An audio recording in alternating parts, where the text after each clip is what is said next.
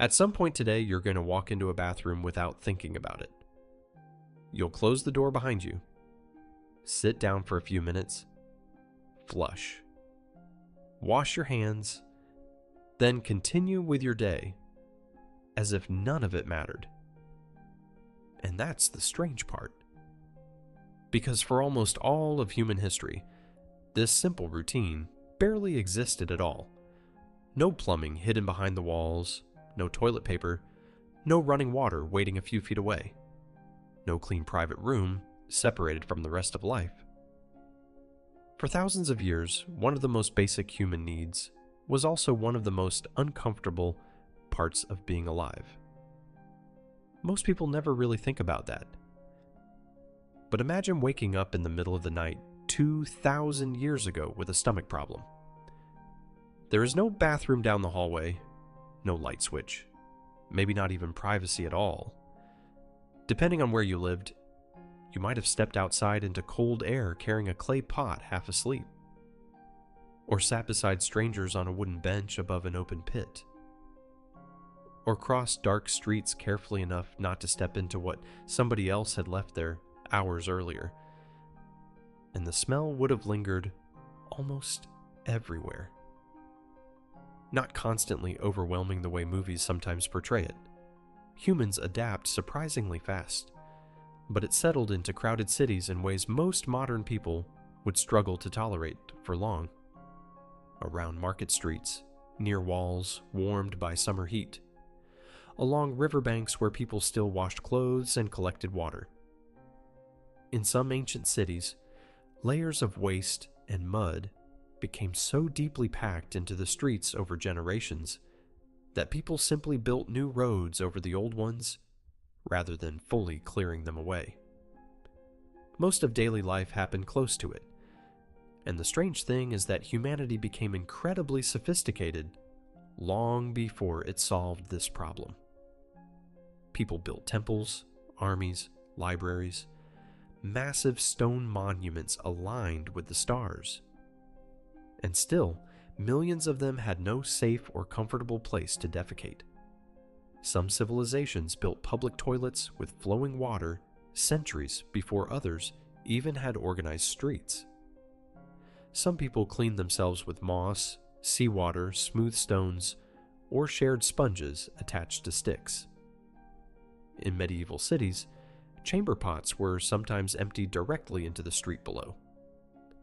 In parts of ancient Asia, human waste became part of a carefully managed agricultural economy valuable enough to transport, trade, and carefully collect before sunrise. Every culture found its own answer. Some were clever, some were practical. Some sound almost unbelievable now. And for most of history, nobody fully understood how dangerous the problem really was. People connected foul smells with sickness, but they couldn't see contaminated water. They couldn't see bacteria spreading through crowded neighborhoods. They couldn't see parasites moving silently from one body to another through shared water, food, and waste. They just lived with it, which meant civilization carried a hidden problem beneath almost everything it built, sometimes buried underground, sometimes flowing through open channels, sometimes only a few feet away from where people ate, slept, prayed, traded, and raised children. And most people alive today have almost no idea what that world actually looked like. The Roman Empire is probably the most famous example of this contradiction. On one hand, Rome built public toilets with flowing water, massive sewer systems, and drainage infrastructure that looked astonishingly advanced for the ancient world. Some public latrines seated 20 people side by side on long stone benches without dividers or privacy of any kind. People talked while using them, shared gossip, argued, discussed business deals. Sometimes they stayed there longer than necessary simply because it was one of the few places where people casually gathered in public. It was social in a way that feels deeply strange now. Beneath the benches, Water moved constantly through open channels, carrying waste away beneath the city. Or at least, trying to. And even with all that engineering, Roman cities still struggled with disease and parasites. Archaeologists examining ancient latrines have found preserved eggs from intestinal worms buried in layers of Roman waste. In crowded public bathrooms, infections may have spread constantly through shared sanitation tools and contaminated water. The system looked impressive from above. Up close, it was far less clean than it appeared. Part of the problem was the way Romans cleaned themselves afterward. Instead of toilet paper, many public latrines used a shared sponge attached to a stick called a tersorium. After using it, the sponge would be rinsed in water or vinegar and left behind for whoever came after. To Romans, it was probably just another ordinary part of daily life. To anyone today, it feels uncomfortable almost immediately. Ancient sanitation was often like this. Practical solutions that solved enough of the problem for cities to keep functioning, without ever truly making things sanitary. After the fall of Rome, things became even messier across many European cities. Medieval streets were narrow, crowded, and filled with waste from both humans and animals. Many homes used chamber pots during the night because walking through dark streets after sunset could be dangerous. In the morning, those pots had to be emptied somewhere, sometimes into rivers, sometimes into cesspits beneath buildings, and sometimes straight out the window. In parts of medieval Europe, people were expected to shout warnings before dumping waste into the street below. Not everyone remembered. Not everyone cared. During summer heat, entire sections of cities became so foul that visitors wrote about the smell with genuine shock. Rain made everything worse. Overflowing cesspits leaked beneath homes and into nearby streets. Waste mixed with mud, animal remains, food scraps, and stagnant water. In crowded districts, the ground itself could soften after long periods of rain. In some places, people walked carefully simply because the streets no longer felt solid underfoot. And beneath many buildings sat cesspits that slowly filled over years. Someone eventually had to clean them. In medieval England, workers known as gong farmers handled this job. Usually at night, they climbed into pits filled with human waste and removed it by hand using buckets and shovels. It was dangerous work. Toxic gases could build up underground without warning. Some workers suffocated inside the pits themselves after climbing too deep, carrying nothing but a small candle for light. A candle that sometimes went out first. But cities depended on them completely. Without waste removal, urban life simply stopped functioning, and sometimes the consequences became impossible to ignore. In the summer of 1858, the River Thames in London became so polluted with human waste that the smell drifting through the city grew almost unbearable. Members of Parliament reportedly soaked curtains in chemicals just to continue holding meetings near the river.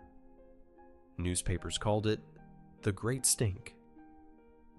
The river had effectively become an open sewer, but not every civilization treated human waste the same way. In parts of China and Japan, it was often collected before sunrise and transported out to nearby farms, instead of being left to accumulate inside crowded cities.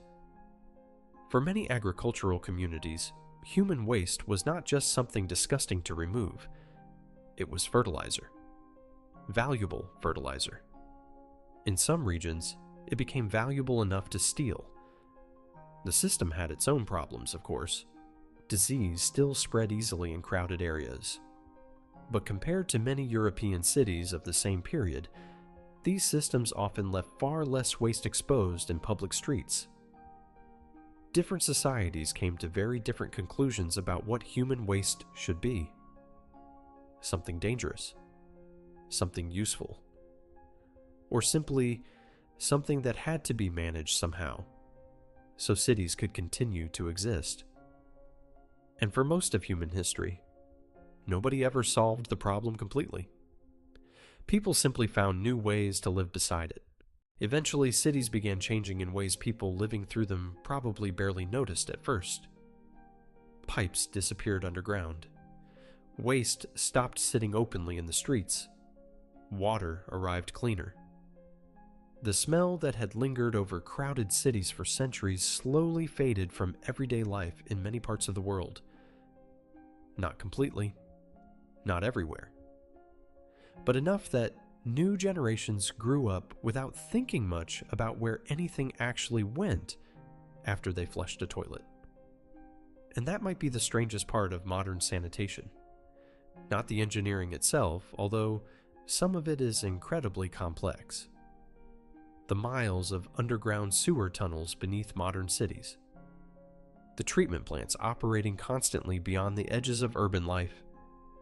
The hidden systems moving clean water in and waste out every hour of every day for millions of people at once.